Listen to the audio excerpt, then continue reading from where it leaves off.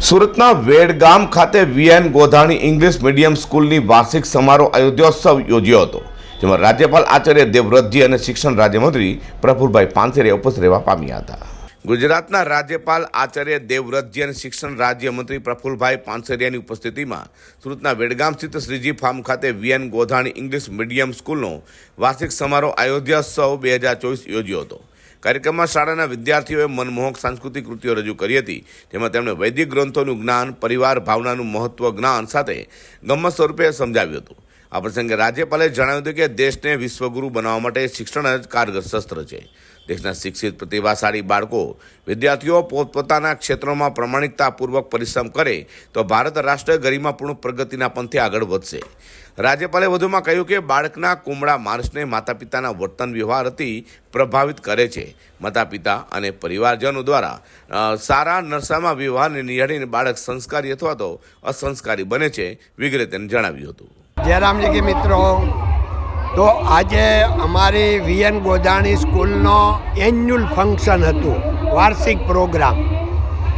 કારણ કે આ પ્રોગ્રામમાં બધા બાળકોને જે એક્ટિવિટી કરવાની મળે એનાથી બહુ જ પ્રોત્સાહિત ને ઉત્સાહિત થાય છે.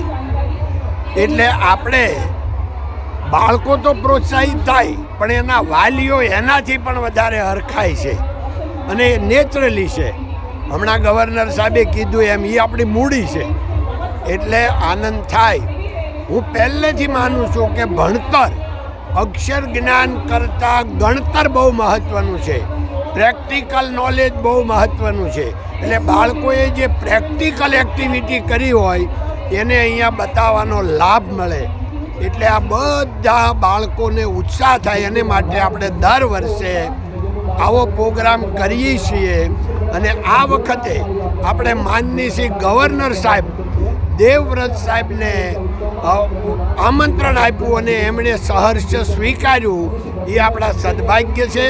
એટલે આવા આપણા પ્રોગ્રામમાં ગુજરાતના ગવર્નર પધાર્યા એ અમારા માટે, વાલીઓ માટે અને બાળકો માટે ગૌરવની વાત છે.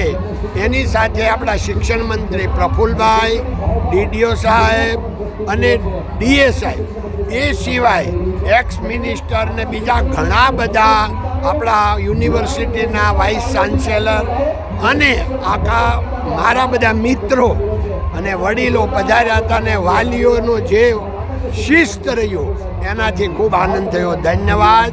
જય હિન્દ, જય ભારત, નમસ્તે. સમારોહમાં વૈદિક યજ્ઞમાં ઉપસ્થિત રાજ્યપાલે યજ્ઞમાં આહુતિ આપી હતી. શાળા પરિવાર દ્વારા મંત્રીઓનું રામચરિત માનસ ગ્રંથ આપી સન્માન કરાયું છે. અઝર કુરેશી સાથે પ્રકાશવાળા.